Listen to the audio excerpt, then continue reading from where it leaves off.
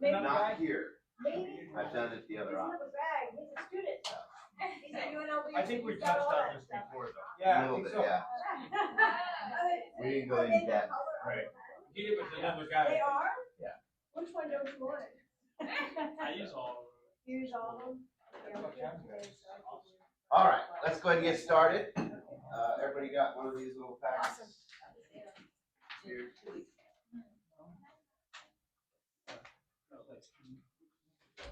All right, who would like to pay off their home faster? Me.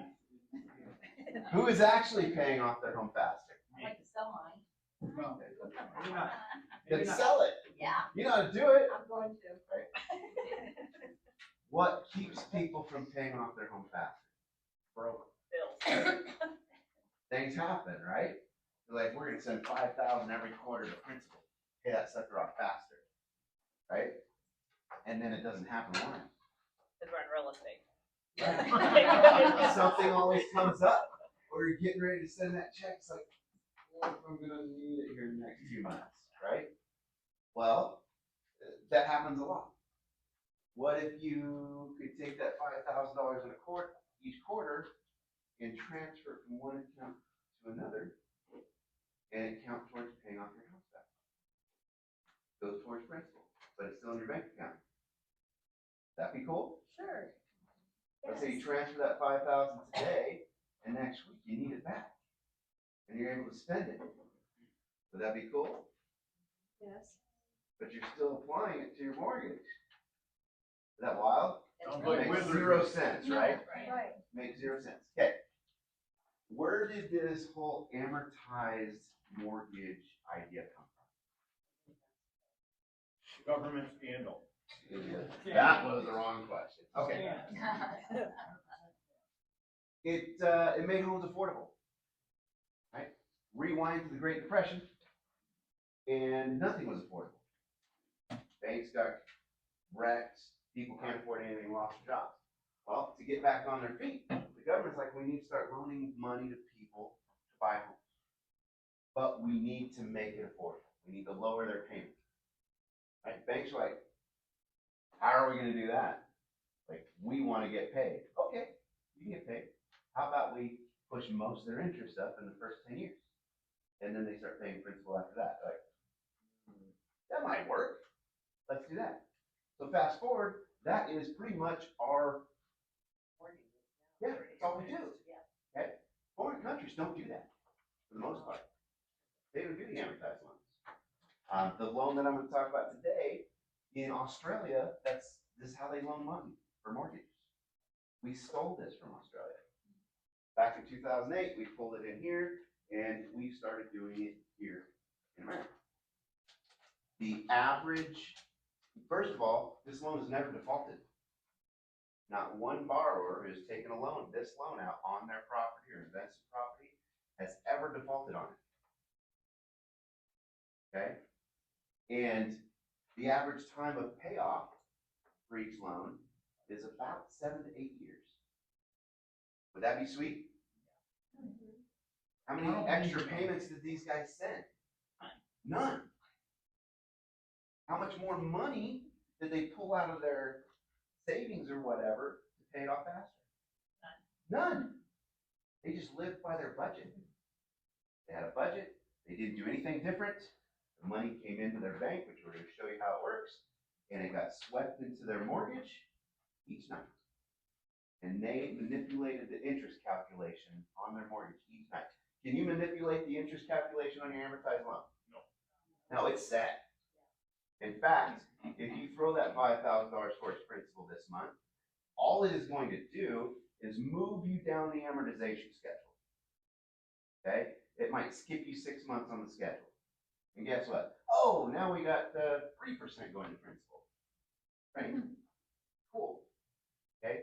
This, anybody heard of a business sweep account? Oh, you got a sweep? Business sweep account. Okay. So businesses have that revenue account. The money comes into their account each day. Well, at night, the bank sweeps it into an interest-bearing account. They don't have to do this. It just automatically happens. They earn interest on the money they brought in that day. Next day, if they need money, they can spend it, but more money comes in, revenue comes in, and at night it sweeps it into the interest-bearing account, the higher interest. So that type of account is actually earning interest for the business. They don't have to manually do anything. They're just conducting business. The bank likes them, so they created this system for them, and they're paying interest. They want to keep them there. All right? So that's an interest-bearing account for business. All right? This one, it's called the all-in-one loan because your mortgage and bank account are all in one. Think of it if you had a savings and a checking tab on your mobile banking, on your computer. Click the savings tab, oh, I got this much in savings. Click the checking tab, I got this much in checking. Now click the mortgage tab. All of a sudden there's $65,000 in there. You can spend it, but then your interest calculation is going to be a little higher that night. Right? It's available at all times. Wire it out, it's a bank, debit card, ACH, direct deposit, checks, any of that. It's just normal. I think I'm gripping this finally. Oh, So, don't jump ahead of yourself. So you're using the equity in your home, rather than the equity just sitting there doing nothing until you pay this house off, you're using it right now, correct? right. If you need it. We're going to put Bank of Patrick on top of your roof. Yep. You turn your house into your own bank. All right. And we'll go through a bunch of different scenarios, how we've done this loan for other people and the uses here. Once we get through this presentation here. What if they have a second? Okay, so this is a 30-year mortgage. All right. It is a lien on your house. So if you have let's say you have $100,000 mortgage on your home, but you have $500,000 in equity. If we pull that $500,000 out, we got to pay off that $100,000 mortgage. Right. So it's just like refinancing your house. We got to pay off that first lien. So what would happen in that case is we'd pay off that $100,000, and then we would deposit the other $400,000 into a bank account. That $400,000 in the bank account is principal.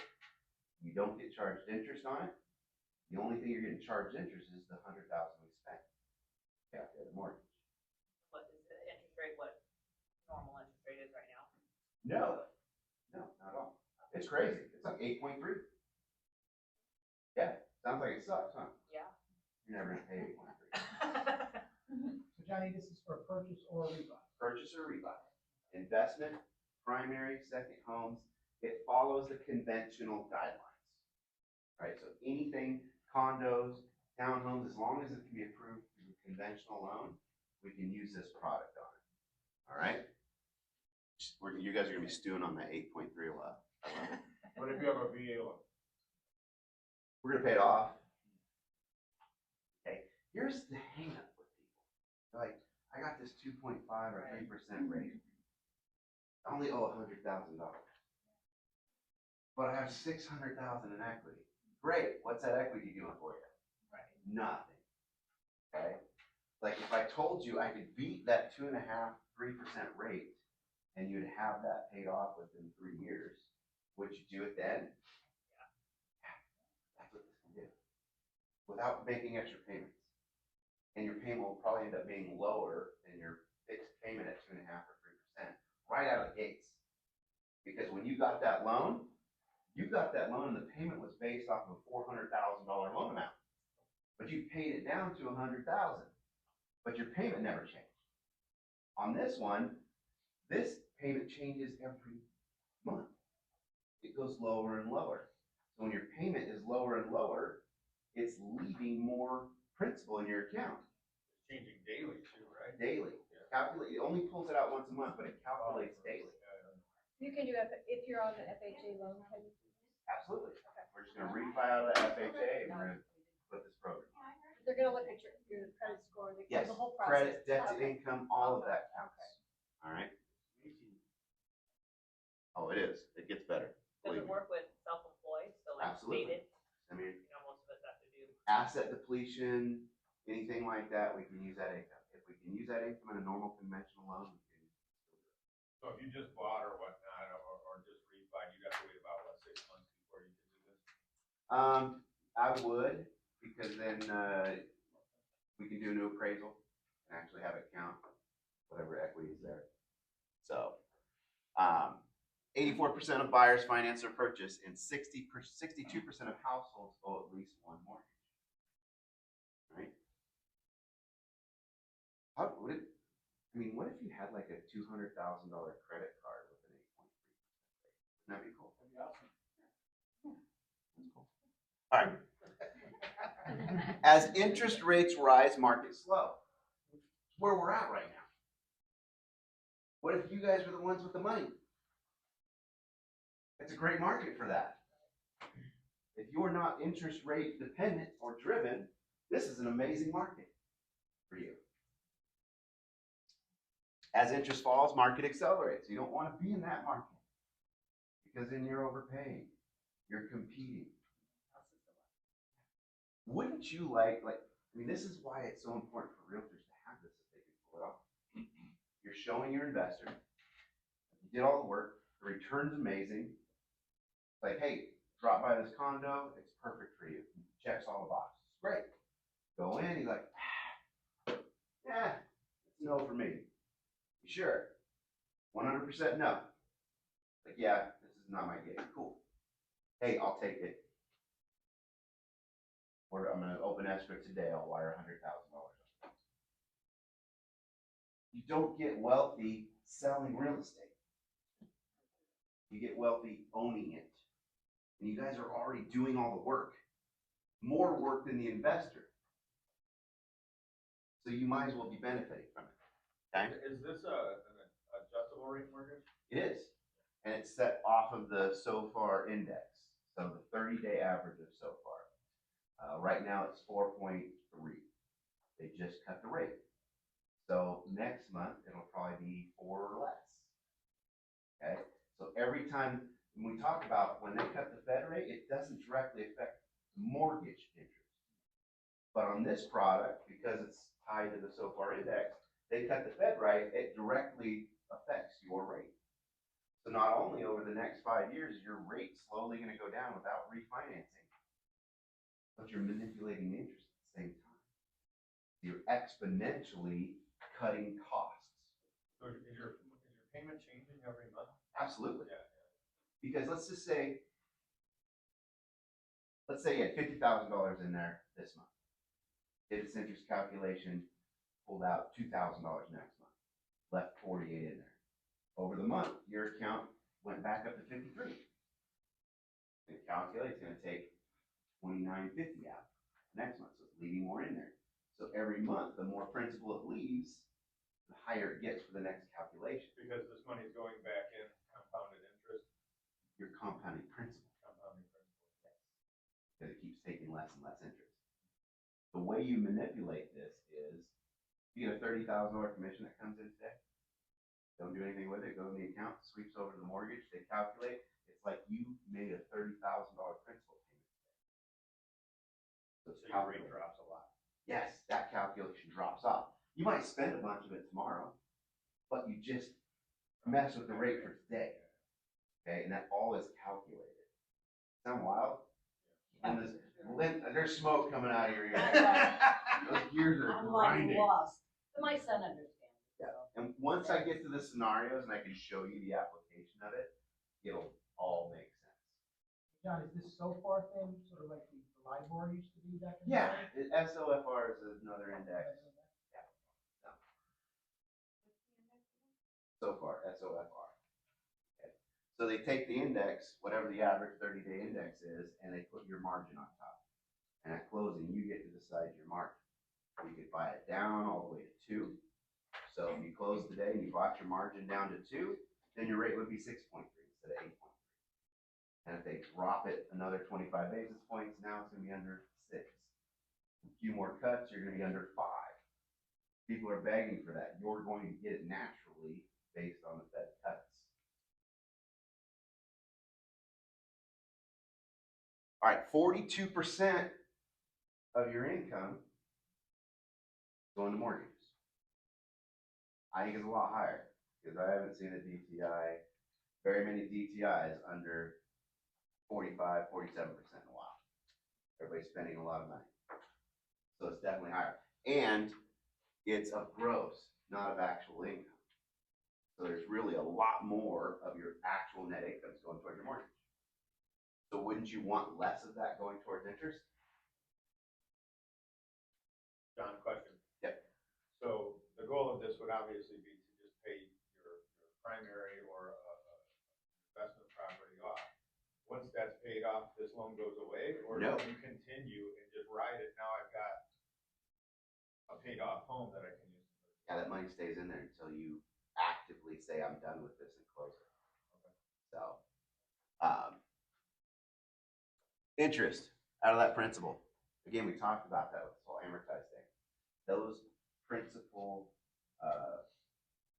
applications are fixed for the 30 years. You're not manipulating any interest. The costs are the costs, right? I mean, the benefit is you're fixed at a fixed whatever rate. Is that a benefit though? For 30 years. Right. Is that a benefit? Because in 6 months, your payment for this is probably gonna be lower than that one that you had for the 6. Then you're gonna have to pay the refi cost. Yes, exactly. You pull $200,000 to go buy a house, you pay 0 loan costs to do it. It's in your account. You can go buy a car, a boat, pay for school. It doesn't matter what you use the money on. It's your money. You don't have to buy real estate with it. And I'd recommend that, but you don't have to. But the payment will be higher. Money in there. Yeah, if you go buy $200,000 worth of a boat, right? Patrick's like, I'm thinking season tickets and Boat, yeah, that's a bad He's investment. a Detroit condo and season tickets on his mind. Yes, sir, now we're talking. So you spend that 200,000, right? And depending on your budget and how the income's moving, it could be paid back in 2 years or even less. But you're going to pay interest each month on that 200,000, so it's back. Great application is for flippers, right? You got a credit line, 500,000, your house is sitting there with $500,000 in equity. You go pay cash for a $250,000 condo that needs $50,000 of work. You pay anybody for hard money? What is the rate cap? Yeah. The rate cap, I believe, is 4% higher than your initial rate. Yep. So you didn't pay any fees to get hard money out. You didn't pay interest on that hard money, which is higher than what you're gonna pay on this one for the time that you were doing it. And what if something bad happens and you need another $10,000 and it takes an extra 2 months? It's okay. You're just paying a little interest, a little extra interest. Right? And then when you get it flipped, that money goes right back in the account. Construction, same way. Do it all-in-one construction loan, we put $1 million in the bank. And let's say the first draw is only 100,000. Now you start paying interest on 100,000. But either of those scenarios, you still have income from other sources going into the account, cutting that interest calculation down. Can you take multiple properties and put them together into this? 100%. So let's say I prefer going with your primary first because that's probably going to be the biggest equity availability, right? There might be some other ways. You might have investments that have more equity. I don't know. But usually it's the primary. You do your primary, and if you have 3 rentals, you divert all that rent into that account, and it pays that back up. So it speeds up your compounding principal on that account. If I have a house that has over 400,000, worth $1 million, now I got $600,000 I can play with. Kind of, depending on if it's an investment or a principal. So we can go 80%. So that's 800,000, pay off the 400, leaves 400,000 in your bank account right now. I could buy another condo, anything. Pay everything off, doesn't matter, whatever you want to do with it, but you get $400,000 available. It says that you still pay a margin on top of the rate. Yes, that's what we talked about. So you got the so far, which is set at 4.3, and then you get to decide at closing, when we close, what your margin's gonna be. That's why we got to 8.3. If you didn't buy the margin down at all, it's 4. Oh. So at 4.3 on the index, 4 on the margin, your rate is 8.3. So the rate cap. So your ultimate ceiling is 12. And I would take a 12 in this product. Because the effective APR, if it was just a 6 or 7 year payoff, is about 2.75 to 3. You're already paying principal all the time, so it's. Most of the principal debt. So what's there, like, if you want to do an equity line, what's advantage, disadvantage? You know, like a lot of people I've seen, they'll pull out an equity line on the house and they'll use that money to Yeah. buy investment property. So doing a HELOC, Right, it'll be a second, right? You don't have to pay off your first. right, But the HELOC usually has a time limit on how long you get to draw. And usually the banks talk you into a 2-year draw limit okay. so that they can give you an introductory low rate on your HELOC. 2 years is up and that's just a lien. Now you're paying it back, you have no access to it, it's just another payment. This one is a 30-year mortgage. You will have access to money for the life of the mortgage. For the 30 years. So if you have a first and a second, you could add them both together and use this loan. Yeah, you pay both those off. Hey, John, you might get to this, but a real life application, without a buyer, buy a house for $500,000, send it to you. Yep. Putting 10% down, Mhm. so his loan is $450. Yep. Then what happens? So then Is that at 6.25 rate, like a normal No, it's conventional just loan? the 8.3. Okay. So if someone has as little as $2,000 disposable income each month, 2,000 left over, this isn't for everybody. Right. Your paycheck to paycheck people, it's not a good idea. Realtor, paycheck. It could be. It all comes down to income, right? Because the great thing about this is you don't have to make a mortgage payment. All it's doing is pulling interest out each month. So if you went 3 months without a commission, and then maybe you're a luxury person and you sell 4 a year, right? You get that $100,000 commission, goes right in the bank. Touch it. So this buyer that is getting a $450,000 loan, Mhm. and the payment is $3,500 a month, Yeah, let's just say that. with the ITI and stuff. He's not sending that to Wells Fargo anymore. No. No. Okay. So it's going But to, he needs, to start this up, he needs money in the bank. it's going to leave money in there through all the closing costs. and So I'm the everything. buyer, how much money do I have to have in my account? That comes down to our simulation, right? We look at your income, your overall income, your expenses, and basically you either run your expenses and income through this account, which is the ideal use. That's where you're gonna manipulate it the most. Or you can keep your account at Wells Fargo and just transfer $5,000 or $6,000 into the account each month. And it just continues to churn and What's the credit takes score? it off. At least 700. And the rate's the same for everybody, right? So it's 700 credit score, 780, 800, doesn't matter, they all get the same rate. Investment, second home, primary, all the same rate, right? So when would you use this for like a new person, like what Tim was saying, for a buyer coming in? If they're good with money, Versus a conventional loan? every day, if they have at least $2,000 left over and do nothing else, but leave that $2,000 in the bank, their home's gonna be paid off in 7 or 8 years. But Johnny, your simulation, a normal conventional loan, I know what my payment is every month, $3,500. Yep. Here, Your payment's gonna be less than $3,500 within the first 6 months. okay. You'll do a little simulation. Yeah. Exactly. So, standard mortgage, low down payment, helps first time buyers. Again, this is never defaulted. The reason is when I said 8.3, you're like, whoa. That sets the barrier. If they're focused on interest, you're gonna find every excuse not to do this. If you're focused on cost, there is no reason that you should. Alright, so there's no reason you shouldn't do it if you're cost focused. Because, and I'll show you in the simulation. When you look at the effective APR, it's way lower than that 8.3. Because, well, wait till I get that slide. I'm terrible about freaking talking before I get slides. So anyways, low down payment. Familiarity, that's all you hear about. How many of you have heard about this loan before that didn't come from me? Yeah. It doesn't sound right. Sounds too good to be true. Doesn't make any sense. Defies the laws of mortgages. Payment dependability, fixed payments. Benefits those with a stretched budget. Hey, if they're barely making it, that fixed payment helps. Slow. They take decades to repay. They're inefficient because the interest costs are all paid up front. It takes over 10 years before you really start shifting into a principal paying situation. Rigid, you can't take money back. We talked about that. You sent $5,000, good on you, right?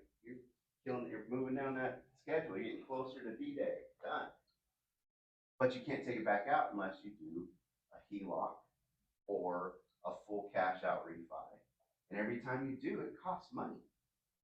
Cash out refis, HELOCs, you're looking anywhere between $4,000 and $6,000 in closing costs every time you need to get your own money that is yours.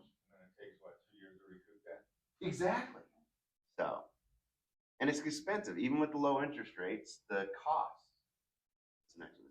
Okay, here's the principal where it shows how long it takes to shift to be paying more principal than interest. It's 20 years before you have more principal than interest. That's ugly. Wait till you see the simulations, you're really gonna get sick. Okay, 6% interest over 30 years. You're going to pay 116% of that loan amount to the bank for loaning you the money, not counting the actual loan that you paid off. So every $100,000 you borrow, it's costing you $116,000. Who signs up for that? Everybody. Unless you live in Australia. Right. Even at 3%, you're paying 52%. So now you're paying $52,000 to the bank for every $100,000 you borrow. 3%. Hey, just so you guys know, we're recording this, and then Oh, good Suzanne will enough. put it on Facebook. If you wanna grab the link. So APR, right? We did the whole bubble burst and all this reformations. Truth in lending came about really hardcore after that. Like, you know what? We're gonna make sure that everybody knows their APR before they get too far down the road on a loan. APR is the true cost of the loan. The D goes up. Yeah, so these are the terms that come into effect on an APR. Your costs roll into that calculation. Your rate, your principal, all of this. But the most key factor, why this loan works better than a normal amortized loan, is time. That little APR deal is smoke and mirrors. It's absolute smoke and mirrors. You can have Rocket come in and say, I'll give you a 5.5 conventional rate. It's only going to cost you 4 points to get there. So here's your 5.5 rate, and your APR is only 5.99. Oh, that's not bad. I like it because my APR, my true cost, is still under 6%. You know, here's that 20 grand in points. That APR they plugged in 30 years. That's why it's only 5.99. If they plug 7 or 8, their APR is going to be more like 15, 16% with that extra $20,000 in costs they just charged you to make it sound like a good deal. So when I was getting into lending, I was like, oh yeah, this APR is good. I'm watching APRs on all these billboards and signs. I'm like, dang, that's good. How am I going to compete with that? And then when I really learned what the APR is and how it's manipulated, I'm like, that's trash. Truth in lending, really? So just know.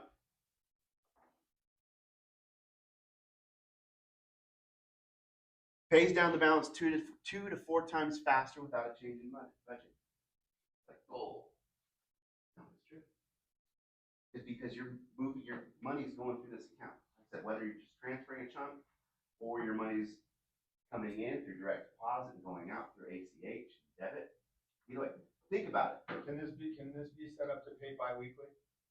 Bi-weekly, Bi-weekly? you can set up Set up once transfer a month. money in whenever you want. Or what, like expenses?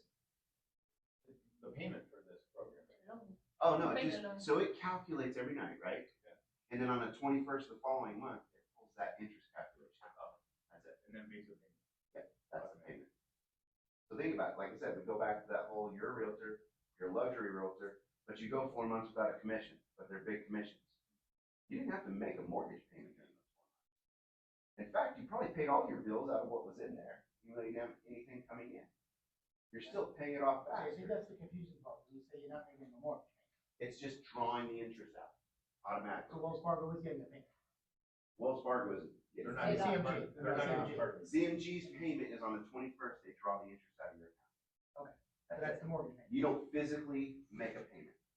Whereas if you did have a loan with Wells Fargo, you gotta send that check out every month, even though your commissions aren't coming in. That's why this doesn't default. And on that, can you pay bi-weekly? Can you make more money towards that principal? More Yeah, deposit more money, being, deposit more money, Yeah. and it'll automatically. because we don't need bi-weekly, because we're nice. Oh. So the bigger that fund, that The more money you have in them. The more money you have in the account. The other part is your taxes and insurance aren't included in the payment. It's pure interest of what's not in the account. Your taxes and interest are sitting in the account, counting as principal until they're due. Taxes and interest Or or taxes and insurance, tax and Okay. insurance. They're sitting in the account till it's due annually. Make your money. Does CMG pays that, or do you pay it on your own? You pay it on your own. Yeah. You just wire it out. Yeah. ACH. You have to have it set up to pay property taxes as soon as it's due. Aren't they doing that a lot now with most, unless you're FHA, but If you're fiscally responsible, it's a terrible idea to escrow your taxes and insurance because they're collecting interest Yeah. on it. The bank is holding the money and it's not in your bank account. If you're not responsible, I put it in escrow, so it's paid. So, again, we're back to fiscally responsible people who understand money, have money left over versus non-fiscally, paycheck to paycheck. Someday you'll get it, right? Those are the two types of clients. Reduce monthly and lifetime payments. Again, that payment goes down every month. If you're sticking to the budget and plan, your payment, that interest draw each month is less and less because your principal's growing every month. And it's the same as the regular mortgage, you're gonna get that right off at the end of the year. Let's say 5 years in, you took a loan out for $500,000, there's $500,000 in the bank account. You can call them up, say, yeah, I'm not really using it, so I know it's only $20 a year for an annual fee, but I just want to close this out. Great, we'll send you the deed. Then you get a check in your bank account. No, it just disappears. Account's closed, you get the deed, it's paid off. Yeah, you own the house. It's just like any other payoff too. If you have Oh, so you three, get the deed and you sell the house. Yeah. Lose access to that. you just lose access to the money. And some people are like, I don't really want to do it. But then when you sell the house, it's paid off, so you're getting whatever the current value is. Exactly. If you had a $500,000 loan and $300,000 was in the account, and you sold the house for $700,000, just like any loan, the payoff is going to be $200,000. So out of your proceeds, you pay it and it closes and you get How does this loan affect your taxes? like that. This is, especially if it's your primary, what do you get to do with the loan on your primary home? Write off interest. You're gonna get an interest statement every year for your taxes. So if you bought a car or that $200,000 boat with this money, I can write it off. you get to write it off. Or college and schools. Yes, exactly, because it's interest on your primary home. That's like a sham. I paid for my son to go to Gorman and they're like, nope, can't write it off. I'm like, are you kidding me? You're like home and bear. I was shocked. I thought for sure I could. They're like, nope. Yeah.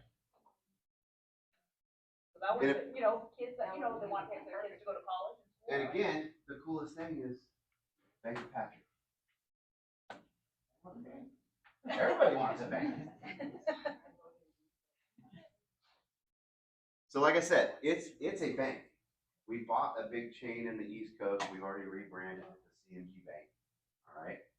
And What dictates a bank's ability to lend? Deposits.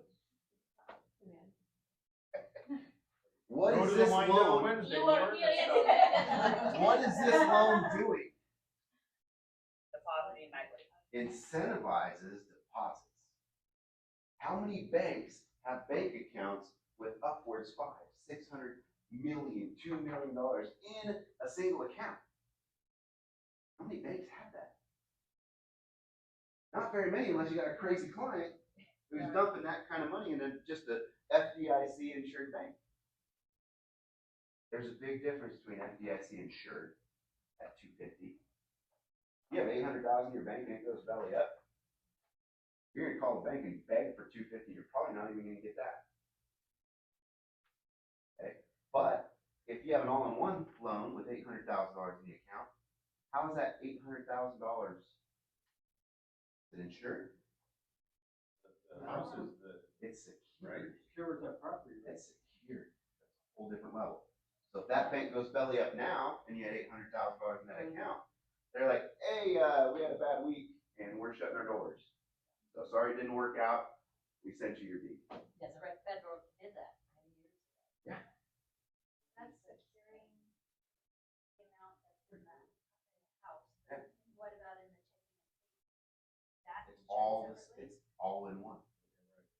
And technically, you'll never hold money in the actual checking account tab because it sweeps it every night. So you'll see like, hey, I had a $20,000 deposit and I went back into the account and there's no money in it. Yeah, because it swept it last night. It's still there. swept it into the mortgage. Mortgage, yeah. You could write a check for $15,000 even though there's zero in your checking account and it just pulls it, pays it From the mortgage tab. from the mortgage tab. You don't have to do the extra work of transferring money. You just pay. You gotta look at like. So the then mortgage, yeah. CMG ultimately is holding all of your funds.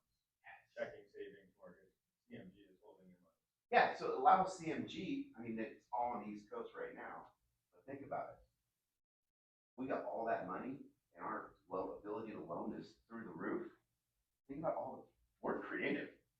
Think about the products we can do for local communities. 0% down, zero mortgage insurance, first time buyer, plus a $10,000 grant. Who knows? We do all kinds of things to bring more buyers. Where can I pull money out of an ATM for free? Really? You're talking about a $3 fee versus saving $5,000 a month. No, probably not. Probably won't have that. Who goes into But the bank? where do you pull money from though? Like if you wanna, You have an ATM card, yeah, you can transfer it, you can wire it. oh, can you set an transfer it ATM. to a different account. It's just a bank. Okay. Standard bank that normal people will walk into on the East Coast. It's their bank. But they don't have them existing out in Nevada. But I can take money, transfer it into Wells Fargo account. You could. And pull money out of that. How many of you walk into the bank each week? Hey, let me ask you a very quick question, this is just me thinking, it's been a crazy day, as you can tell, man, it's kind of a stupid shit. How many of you have actually go up to a physical ATM and take money out I do. on a regular basis? No, not a regular basis. Depends on who came into town and where we're going. Yeah. I might have to walk into the bank. You guys do it I can't regular remember the basis. last time I went to an ATM. I don't know why that is. Really? I just never do it. I mean, yeah, you got your debit card. Usually you just. Yeah. Yeah, I guess, yeah, you just tap everywhere. You don't even need the debit card, you just take your phone. Literally, the only time I go to the ATM or the bank now is if I need actual cash. Yeah.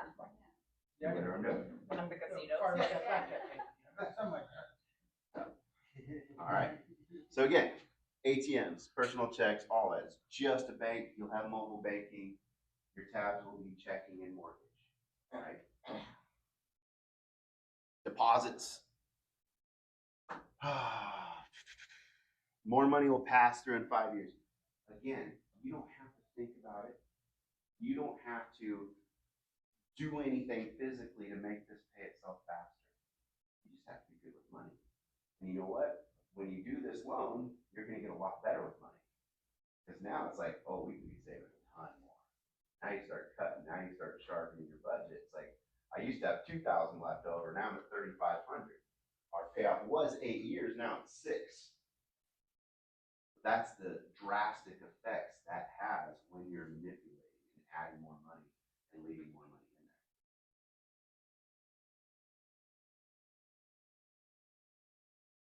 Think about your car payments or your cell phone bill. It seems small, but if that $200 for your, not for a car, no, that $200 cell phone bill comes out at the end of the month, but it's sat in there for 3 to 4 weeks, helping you pay less interest. That's why they haven't gone so advanced on the simulation to allow us to do something like this, to show the super high level of manipulation. But I can only imagine how much it might just shave off 6 months. Who knows? They're working on new betas for the simulations to get us there because there's things that we want to do as far as showing buying rentals over the life of the loan, adding more rent in, showing how fast it all pays off. So they're working on stuff like that. But we'll show you in the simulations. Are we on the wrong way? Why is this going back? Oh, again, we talked about the sweep banking. So when I say 30 years and 8.3%, it takes that 8.3% over 30 years to back into a nightly interest calculation. So it's not like a credit card. Credit cards are daily. You get that hit, that same calculation every day. The mortgage is broken down to a minute amount of interest that calculation each night. And then the next month, when the SOFR goes down again, they're going to redo your 30-year calculation right back into the nightly calculation. So each month, at the end of the month, when you get a new rate, it's going to recalculate your interest calculation for the coming month. So really, this night by night, you have control, 100% control of how much you pay on your mortgage. Who else does that? Who else has that? Like I said, you can go with the amortization and throw 5,000 of it. You still don't have control over the interest. You just move down the list. You're still paying the fixed interest amount for that slot. How low can that interest rate go? Okay, let's say we bought the margin down to 2 at closing. And the SOFR will probably get under 2. So we could probably get under 3% if you bought it down to 2, a margin down to 2. At some point, that big credit, $800,000 line of credit or overdraft protection, however you want to look at it, is only a little under 4% total interest rate, 30 years. That's great. That's best case scenario. What's the worst case scenario? Worst case scenario, you've got a 4 margin, rate gets down to 2, you're at a 6. That's still pretty darn good on a $800,000 line of credit. And you're really not paying on that $800,000 unless you use it all. So. How much? 1 point, I believe, buys down a 0.5%. So I had a builder, home builder, he built his own home in Utah, owns this big rebar company, and his value after he was done was $6.5 million. Well, he only owed $1 million in liens total, so he took a $3 million loan out, and he did this. He could have just paid off that $1 million by his life and got him regular loan. He could have done that, but he chose to not just get that 8.3, but he bought that sucker down.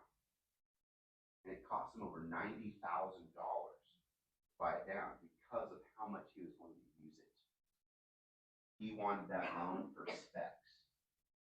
So now when he has a $3 million account, he can go drop $850,000 on a quarter-acre parcel to put a $3 million property on it. He's only going to invest $1.75 million in the build. And he never had to ask the bank. He never had to get a builder approved. He never had to create a draw schedule in order to get everybody signed off for people to get paid. He got to do it at his own pace. That's why he did that. So it works great for flippers. It works great for builders who, there's not a lot of banks that will do spec lending. Even if you have an amazing relationship with a local credit union or small bank, there's not a lot of spec money out there. So when you turn your Bank of Patrick sign on, you don't need the banks. You're good. John, I assume for the fire, they have to have a certain amount of reserves. Yes, we'll get to that one. So once we hit year 10, okay, this is a 30-year loan. It has to act like a 30-year loan. So on day 30, there has to be 0 owed. So at year 10, your availability of funds starts decreasing each year, a little bit at a time. You can refinance this anytime and create a bigger line and start that 10-year cycle over again if you want. But it's set up to where every year after, the money doesn't disappear. You don't lose the money. It's just not available. It's directly applied to the principal. So if you had that $500,000 loan, year 11, you might only have $490 available. Year 12, $480, whatever. It just keeps going down a little at a time. To where when you get to that last year, there's 0 available, and you get your deed. That was the only way that loan would work. Otherwise, it's just a HELOC, and you can't manage it. It doesn't function correctly. So you have less money available from year 10 to year 30, so for the next 20 years, there's less available, but you're saying that these would pay off typically 8 to 10 years. 6, 7, 7, 8. So you never even get to year 30, so really you're going to be done before year 10. Well, just because you're paid off doesn't mean you're done. Yeah. You could use that. And that's where this comes into effect. It's like, So you you're might paid have off. 500,000 in year 8, but year 11, it just applies 10,000 directly to the principal, and you have 490 available for use. But if it's already paid off, it's not applying anything. No, when it takes, because you took a loan out for 500, Yeah, remember? okay, yeah. And your max amount in your account is 500. So at year 11, they're going to take and decrease your max amount to 490 and directly apply the 10 to principal. Where now you only owe 490, 480, 470, just to get you down to 0. But you know, as that goes lower, are you now gaining equity? Yeah, absolutely. Okay. Yeah, because if we're in year 20 and you only have 200,000 available and you have $200,000 in the account, it's still paid off. You can close it. You could just take your 200 and pay it off. Yeah, it's still paid off if there's the limits in there. Okay. Oh, there it is right there. Roughly. But the advantage then is for CMG is for you to just keep this thing going so they can use your money. Yeah, absolutely. Here's a kind of an idea of the principal as it goes. Again, we got year 10. Usually they're paid off about year 7 or 8. And then the rest of the time, all that money's available. This is your availability of funds. A lot more than that principal ever was. And then we're going to get into scenarios, but you can see the whole time they're spending this money and using it. But it's still paid off in 30 years.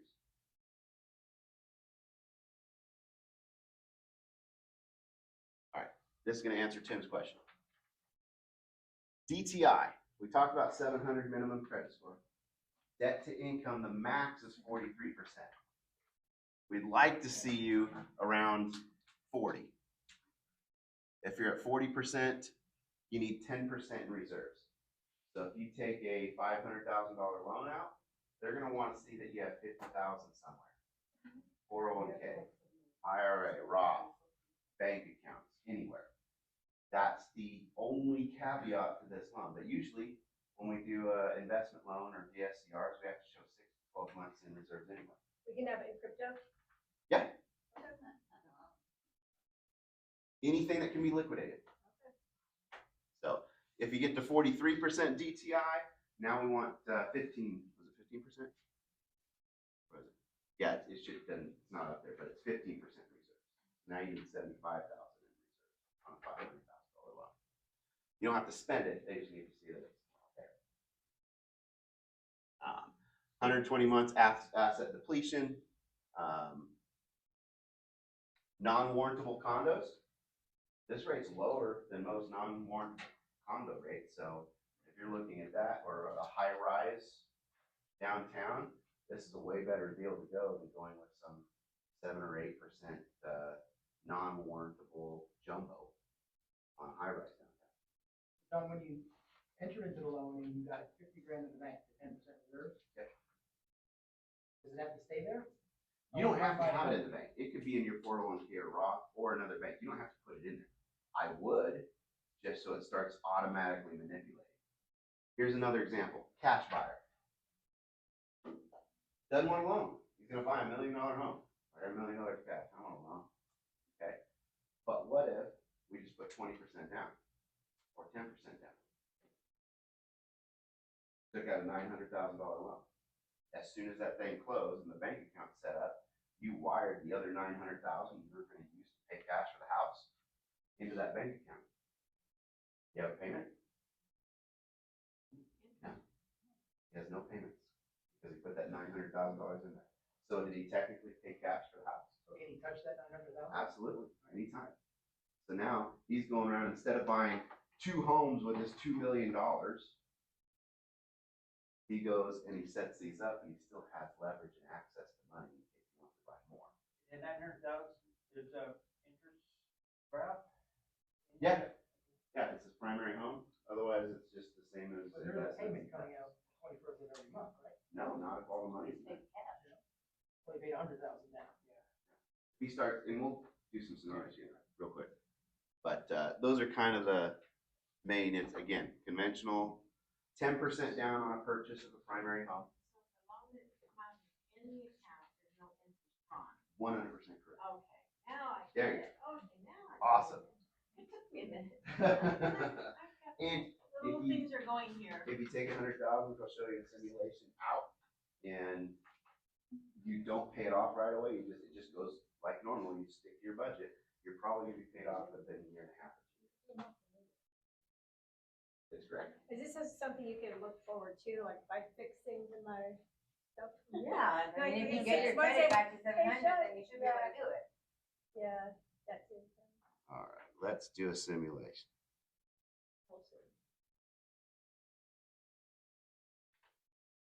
Let me get over here.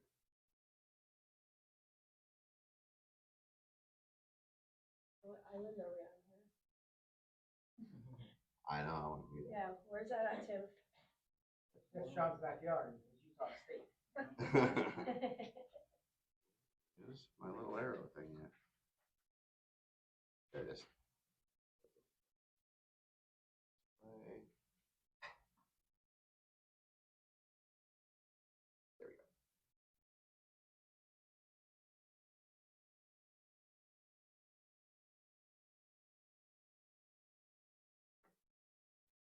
All right. So let's do a purchase first. Tim's little $500,000 purchase back there.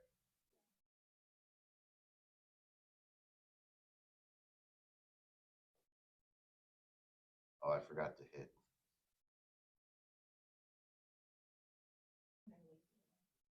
All right.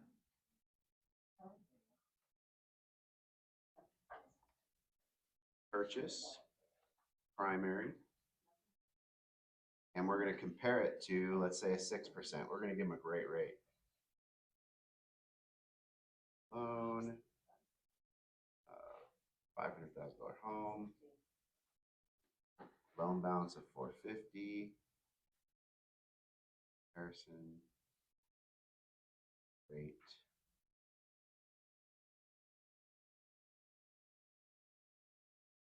All right. So repeat deposits. This is where we're going to start putting in income. Let's say this person, after taxes, we need a real income number. Let's say they get $9,000 per month in income.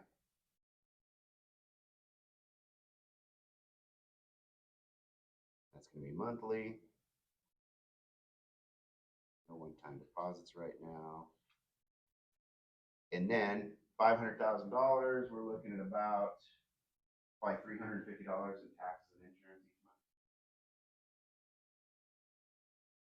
And we don't have to count the mortgage because the simulation is already doing it.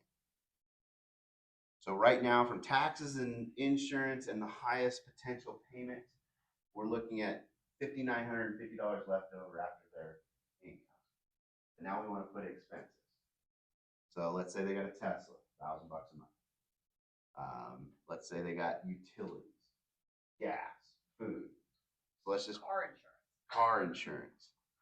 So on top of what their mortgage would be, let's say they have about 2,500 left over.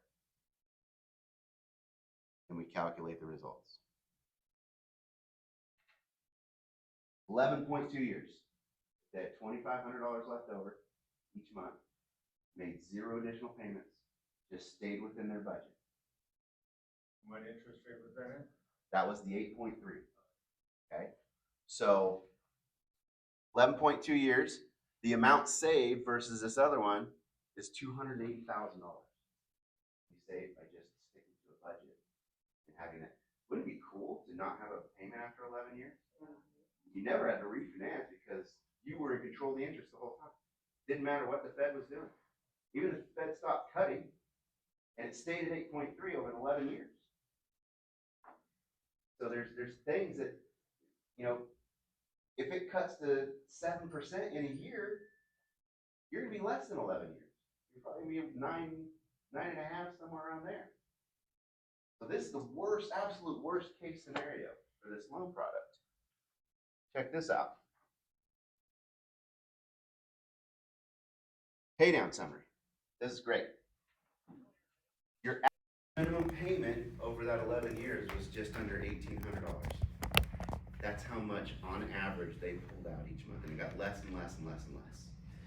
The last couple of years, you're probably paying less than $500 a month in interest. And what would the payment have been without? $2,700 principal and interest.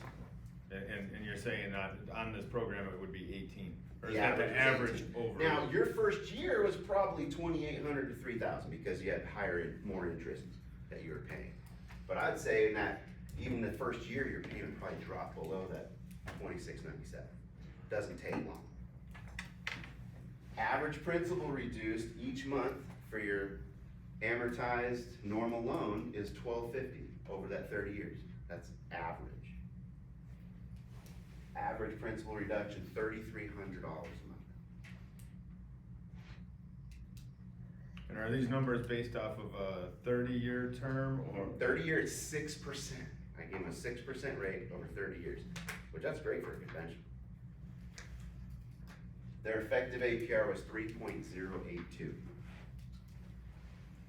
We sold them an 8.3 loan, but over 11 years, the way their budget was set up, they manipulated the interest to where the APR was only 3.082. So now I'm looking at a person who's got a 2.5, maybe it's even a VA loan, 2.5 on a $100,000 loan with $600,000 in equity. For just 0.5% more, I could free up their ability to get wealthy and go and start purchasing or upgrade their house. They could take this, upgrade their house, stay in it for a year or so, and their VA has already been resolved, so we got their COE, their eligibility's back. They can go buy another house with a VA loan and sell this one. If they really like their VA loan, then Why would you, yeah, I mean, once you come into this, I why know. would you? Once you're in, you're not going back. Yeah. Once you're in it and it's working for you, you will have no desire to go back to a normal loan. Can you have more than one of these loans? 3. 3. And that's only because of the whole Patriot Act and funding terrorism and money laundering. Because they think if we free up too much money, liquid for any one person, the chances of them going down a dark path is a lot higher. So here is the pay down table. This is really cool. So it shows each month, based on your budget and having 2,500 left over, how much is available. So at month 24, 2 years in, you got $50,000 in that account. Let's say, let's find something. A few years down the road, let's go to 48. All right, we're gonna go buy a house, another house. We're gonna use a DSCR so we don't have to show any income or anything like that. We're gonna find a $350,000 condo and we're gonna put $100,000 down.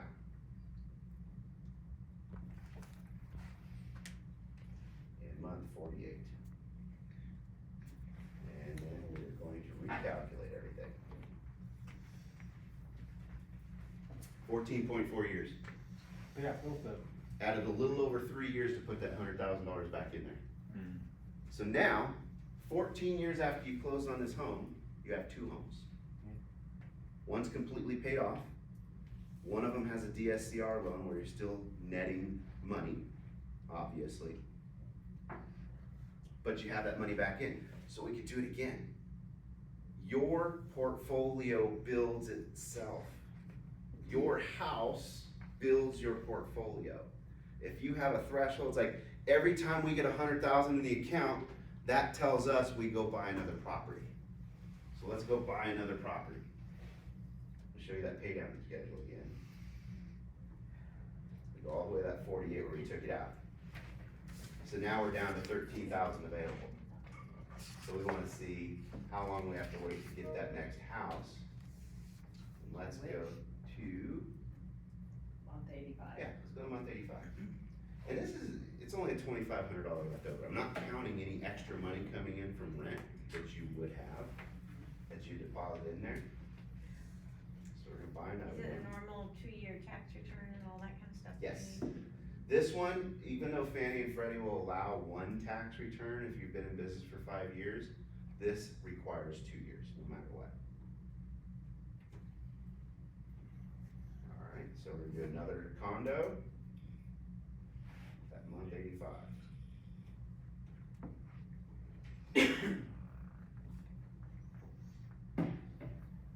$17.8. And believe me, if you have two rental incomes coming in on top of your budget, it's going to pay it off a lot faster than 17.8 years. But that's based on that, only that $2,500 originally started with. Exactly. That's all we had left over at the end of the day. So if we change that, let's change it by $1,000.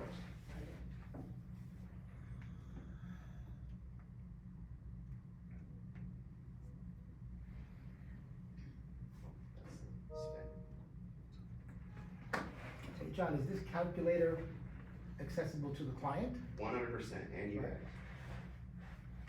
So if we change it by $1,000, that knocked 5 years off. That's a lot. So now in 13 years, you own your home and you own 2 investment properties, and you never did anything but stick to a budget. And then you could just close out that account Yeah. if you wanted to, right? Yeah. And have all the equity and everything. You could, or I would. But why would you? at that I'd point? refi it. Yeah, 12 yeah. years from now, I got another 150,000 in equity. I'm gonna jack that up so it starts my 10-year over again, and I'm gonna go buy some more houses. If I can get it up another 100,000, that gets me another house automatically. So when you say refi, you're refining this program? Yeah, and when you refi it, there's already money in the account. And what's it cost to refi this program? Probably about 3,000 or 4,000 in cost. For you? Yeah, well, for me, that's But 10,000. look at the sum. Look at the summary. Let's go back to that. At the friends and family discount. APR. So now, with that extra $1,000 and the amount of money we actually spent in the process, still, over that 12-year period, you only spit out 3.5%. You didn't have to pay loan costs to pull that $100,000 out of your house, right? And you didn't have to pay additional payments, you didn't have to wait, because what keeps you guys from investing? Money. Money readily available. Who knows a hard money lender in here? Okay, at least one. Here you go. Yeah, and they're not cheap. So I'm still trying to figure out this, why would you have to refi this? At 10 years, let's say you Oh, wanted at the to 10 keep- years, so you're refining it to reset the 10-year mark? If you wanted to, right? If you're not really using it that much, Right. if you're not investing, Right. if it's not that tool that we're Right, talking because about. that gets you back to your 100% because it starts to decline at the 10-year mark. Yeah. And what's cool is when you refi it, your rate stays the same Right, as it is the day you refi. so it's just a reset of the It's a 10-year reset. time frame. You're gonna pay $3,000 or $4,000 to reset your 10 years and probably up your limit. Well, it might be better to refine 10 years of rates. Yeah. What about the index, Johnny? If that 5 years from now, that's different, the sidewalk. Yeah, If it goes the way the analysts think it's gonna go, it's going to get down to 2% over the next 5 years. Let's say it does not and it goes the other way, We did all of this on an 8.3. but that's adjustable by day. So if it goes down to 6.3 over the next 5 years, and it comes right back up to 8.3, it doesn't change any of this because you technically probably spent less years paying it off because it dropped to Because 7 you're and 6. And, paying, overall, you're paying a 2 or 3% rate. and at the end of the day, it's a math problem. If it goes up to 9 or 10%, you run the numbers and see if it's worth it. Because your income's gonna keep going up, hopefully, over the next 5 to 10 years. And you're gonna be having more money left over, especially if you're investing and you have residual now coming in on top of all your finances. So, it's a no-brainer. Like I said, the only difference is you're focused on a rate, you're not gonna like it. You won't want to wrap your head around it. Or you'll just throw up so many walls just to keep yourself out of it. If you're focused on cost, let's go back to that home screen. But you still have to be in good standing, like you said, you have to be able to qualify, credit score, everything. Yeah. Okay. Even with spending an extra 200,000 over that 12.7 years, you still save $238,000. As opposed to going 30 years on a 6%, probably wouldn't, but if you did, you would have spent $971,000 in interest and still have one house. So, if it's, and the cool thing about it, like we talked about, the money, you can pull the money out and put it in the bank account and not pay on it until you needed it. You might have zero intent on purchasing an investment property right now because you haven't walked into the right one. Think about working with investors when you're not just a realtor anymore. When you're on their level, you're going to prefer working with investors from that point. Because the work you're doing to help them is helping you. Now you're focused on you and you just so happen to sell some to other people that work with you. And if they don't buy it, you buy it. You buy it. You only take them to ones that make sense for either you or him, and if they don't pull the trigger, you pull it. So, and ultimately, having that money available, if something bad happens to you or someone in the family, and you need to get money out to them for a few months or whatever, you can. Dead. Some, 401k, let's say you pull money out of your 401k, you get that right away? No, it takes a week or 10 days, fast tracked. But you can pay it right now, because you got the money.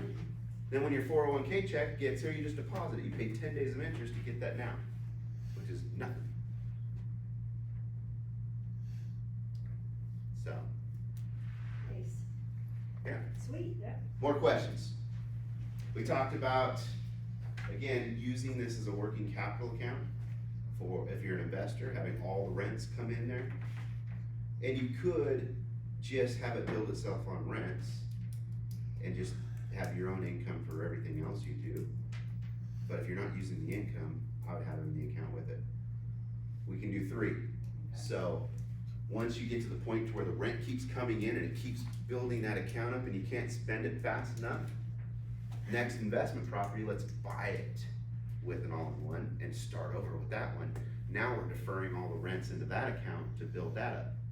And eventually you might have $1.5 million of liquid available in 3 different properties. So you said you could have 3 of these loans going, but if you were to do a primary and a rental, is that all gonna be under one umbrella, one loan, or is that considered 2? 1 loan per property. Per property. Yeah. So you can't, I mean. You can't bundle 3, 4, 5 properties together under one umbrella. On paper, yeah, because all those rents are paying that one mortgage bill. Right. And that's why we look at your primary first. That's usually gonna be your highest equity available. And we could pull 80% out versus 70% on an investment. So that buyer example, Mhm. who has 200K in a 401K, but that's where all his money is. Yeah. So now he's got $5,000 here, $3,000 there. So that meets the Oh, yeah. 50K reserve? That's plenty of reserves. But then does he have to take money out of that No. to send to CMG? No. And I would Right. advise not to. Right, okay. I advise not to pull money out of your, stocks, whatever, and put it in. Penalty. And you said not month to month, those of us that survive, like check to check. Yeah. You said don't do it. But that, it's different for realtors, you're not going check to check, you're going commission to commission. But It's don't the I same need thing, to- right? And we But do isn't the my- budget. Do I need to- isn't my money in the CMG account? Yeah. 2 years ago, no. Yeah. The 50K reserves, isn't that in a CMG account of some kind? No, it's just in your 401K, we just need to see it's available. That's what you see, You can okay. liquidate it if you had to. Okay. We just wanna know you're strong. Got it. Worst Why case would your scenario, equity be strong for that amount, for instance? because if you spend that tomorrow, you're no longer strong, if you have no reserves. I guess so. So could you use the equity in your home? Is that the? As reserves, no, you No. have to have That's what reserves I was before we asking. close. Okay, yeah, So is it just 50, say, that 50,000 if for a couple per person? Yeah, it's just per or- loan, Or just per one, yeah, one person can have So it it. can come from anywhere, like your stock account? Yeah, Bitcoin, stocks, Roth, IRA, savings. Okay, maybe I'm missing it, because I'm from New Jersey, but how is the mortgage payment being made? Or is there one being made? It's pulling interest out, because From my remember, 401K plan? when we did that, From no, no. no, we're not touching. I think it. everybody's confused because you keep saying pulling interest out. So when we set up the loan, remember, we looked at how much income you have coming in. Mhm. And let's say we direct deposit that income right into the bank. So there's money going into the account.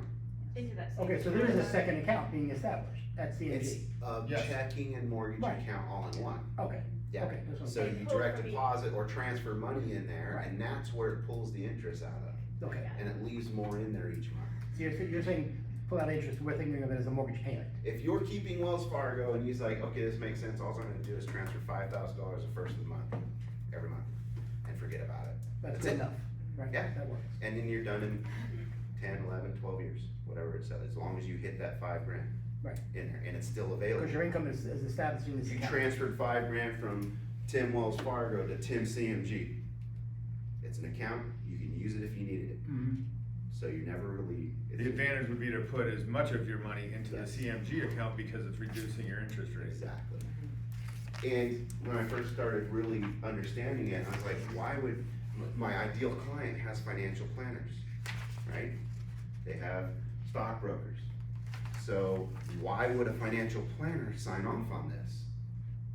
Wouldn't they rather see you put all your money into your portfolio that you had left Yeah, over? they don't want you to pay your house off. That was one of my questions, yeah.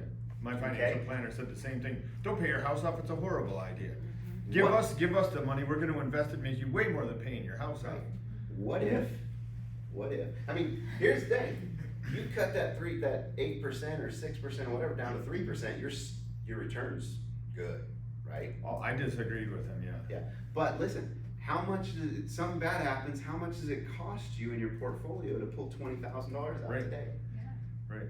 30 Right. or more, depending. Plus, as you get older, it would be much better to not have a mortgage payment because your income is gonna be reduced when you retire, so. Who does that hurt when you pull $30,000 out of your portfolio? Bingo. So it behooves them to come up with a plan. And we sit down, it's like, okay, what is the true goal of the client? They might not want to invest that much into real estate. Okay, so we wanna buy a couple homes over the next 15 years. Cool, let's do the math. All right, we divert this much into the account to help them in those goals, and the rest goes to the portfolio. If they wanna be heavier in a real estate portfolio, we still send some to him, but we put more in here. So it's all a math problem, it's all comes down to the budget and the goals.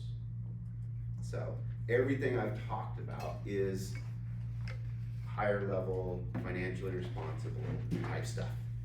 So you see that, and again, back to the commission to commission, you still might have $2,000 left over on average. So even if you have 6 commissions coming in a year, $30,000 each, that's $180,000. You still have a monthly budget. So you're still gonna have money staying in that account, so it could be still a good idea. But you want credit score over 700? Yeah, 700 minimum. So all the stuff's probably explained again, like the verbiage on on that website, CMG? Mhm. Okay, I mean, Yes. guys, In here, does it have the links? I already pulled it up. Yeah, that's something. So you already pulled it up? You know, run the roundabout way, just to kind of see the general. Yeah, so there's a link for all-in-one calculator, so you can play with different simulations right there. This pamphlet's pretty much everything about it. And I got a Zoom tonight with an agent in Northwest with 3 different clients. I'm willing to do those in person, in Zoom, because they really need to see this. Would you have ever understood it just in a conversation? No. You'd have said, bullshit, I gotta go. No, but let me tell you, John is available all the time. Text him, go on his phone, go to his office. I'm good at that. Unless he's in Alaska fishing. Yeah, I still do it. Yes, he does. All right, ladies and gentlemen, John Morgan. Yay! The crowd goes wild. So,